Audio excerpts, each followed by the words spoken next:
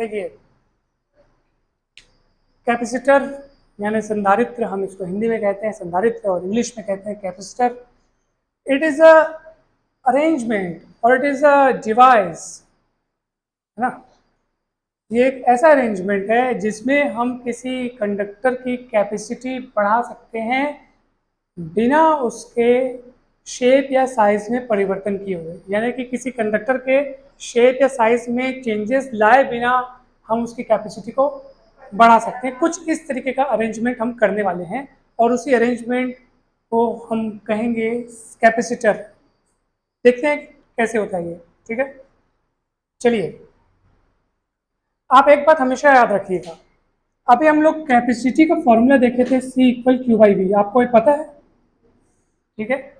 ये फॉर्मूला अगर आप हमेशा याद रखें और इस फॉर्मूले को समझ जाएं कि ये कहना क्या चाहता है, तो आप इसके सिद्धांत को समझने में ज़्यादा देर नहीं लगाएंगे। जैसे हमारा हमेशा उद्देश्य ये रहेगा, आप क्या, हमारा उद्देश्य क्या रहेगा कि किसी भी कंडक्टर की कैपेसिटी ज़्यादा से ज़्यादा रहे, यानी उसको ज़्यादा से ज़्यादा चार्ज दिया जा सके, उसमें ज़्यादा से ज़्यादा चार्ज स्टोर कराया जा सके, यही हम चाहेंगे ना। तो आप देख लो कि अगर आपको कैपेसिटी बढ़ानी है तो V को क्या करना पड़ेगा, कम करना पड़ेगा, क्योंकि दोनों एक दूसरे के इनवर्सली प्रोपोर्शनल है। आप देख लो, Q अगर फिक्स रखूँ मैं तो C is inversely proportional to V, दिख रहा है कि नहीं दिख रहा है।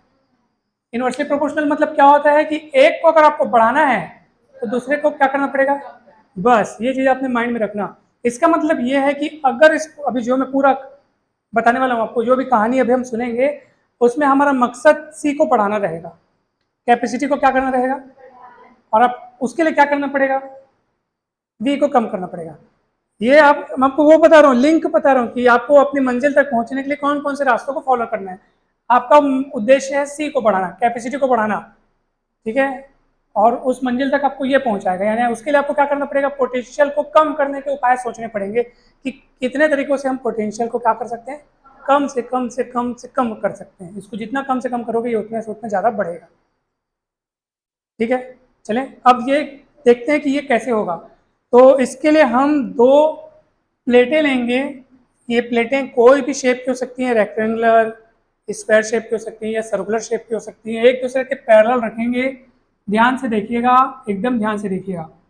दो प्लेटें लिए मैंने, ये प्लेट ए है, ये प्लेट बी है।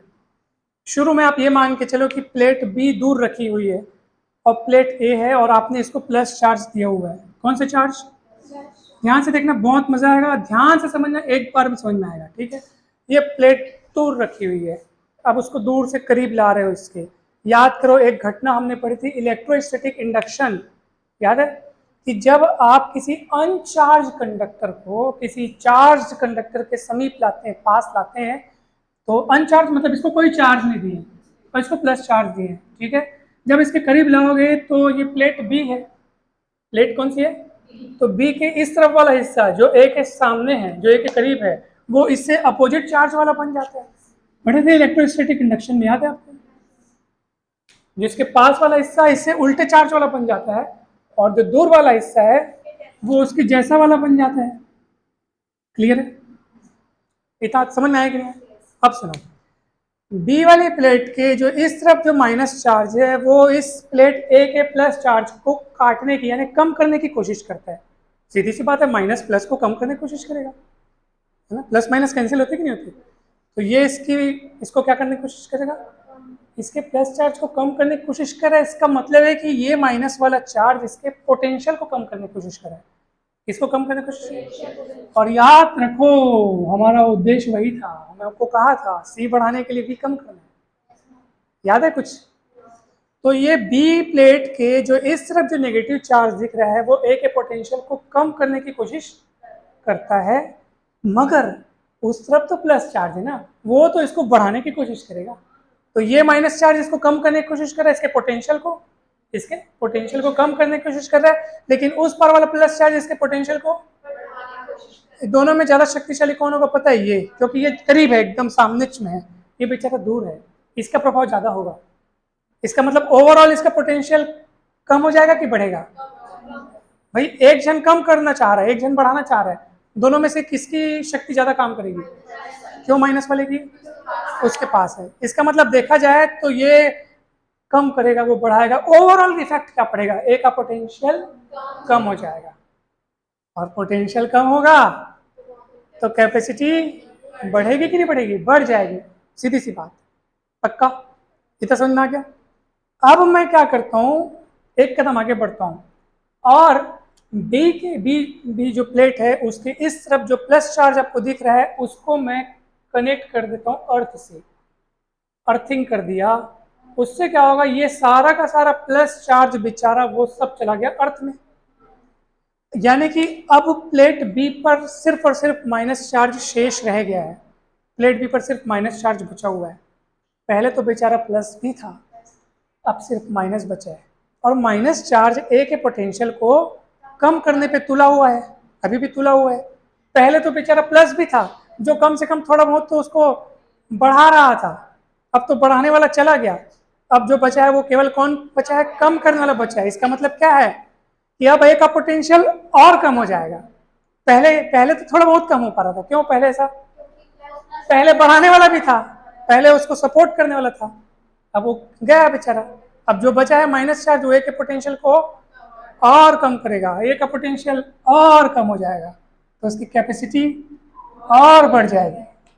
मानते हैं इस बात को? फिर तो हमारा मकसद क्या था? कैपेसिटी बढ़ाना, कम करके पोटेंशियल कम करके कैपेसिटी बढ़ाना। बढ़ा रहे हैं हम लोग, पहले के मुकाबले और ज्यादा अच्छे से बढ़ गई जब इसको पर नर्थिंग कर दिए। तो बात समझ आ रही है? जब हम इसके बीच की दूरी घटाएंगे, बीच की दूरी, तो ये माइनस उस प्लस को और कम करने की कोशिश करेगा, पोटेंशियल और कम होगा, दूरी और सॉरी कैपेसिटी और बढ़ जाएगी। निश्चित में बस यही संधारित्र का सिद्धांत है, यही कैपेसिटर की थ्योरी है। कैपेसिटर यानी कि हम प्लेट का साइज शेप तो नहीं बढ़ाए घटाए, कुछ आकार या आकृति में परिवर्तन नहीं किए हैं हम लोग उस कंडक्टर की, फिर भी हम उसकी कैपेसिटी बढ़ाने के पर्याप्त उपाय खोज लिए हैं, है ना। हम बार बार बोल रहे हैं ना, पोटेंशियल कम होते जाने से ये कैपेसिटी क्या होती जा रही है? बढ़ती जा रही है, बढ़ती जा रही है, बढ़ती जा रही है। मान लो इस प्लेट का पोटेंशियल V1 है और इस प्लेट का पोटेंशियल, तो दोनों के पोटेंशियल में जो डिफरेंस है मान लो वो V1 V2 है। क्या है? V1 minus V2, sorry V1 minus, where V1 is potential of this plate, V2 is potential of this plate. Therefore difference between तो दोनों पोटेंशियल के बीच का जो पोटेंशियल डिफरेंस होगा वो कितना होगा? V1 माइनस V2 होगा। तो फॉर्मूला क्या पढ़े अपन? C is equal to Q by V। उस V की जगह आप क्या रख देना? V1।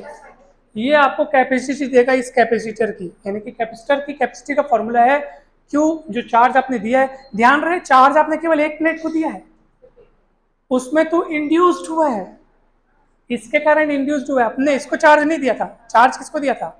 ए को। वो जब उसके पास लाए थे तब इसमें इंड्यूस्ड हुआ था चार्ज। आपको पता है ना कौन सी घटना कहते हैं इसको? Electrostatic induction. Electrostatic induction, induced होना। ठीक, समझ में आया? फॉर्मूला समझ में आया? V1 माइनस V2 चार्ज जो दिए प्लेट ए को, यही संधारित्र का सिद्धांत है, यही थ्योरी ऑफ कैपेसिटर है। कैपेसिटर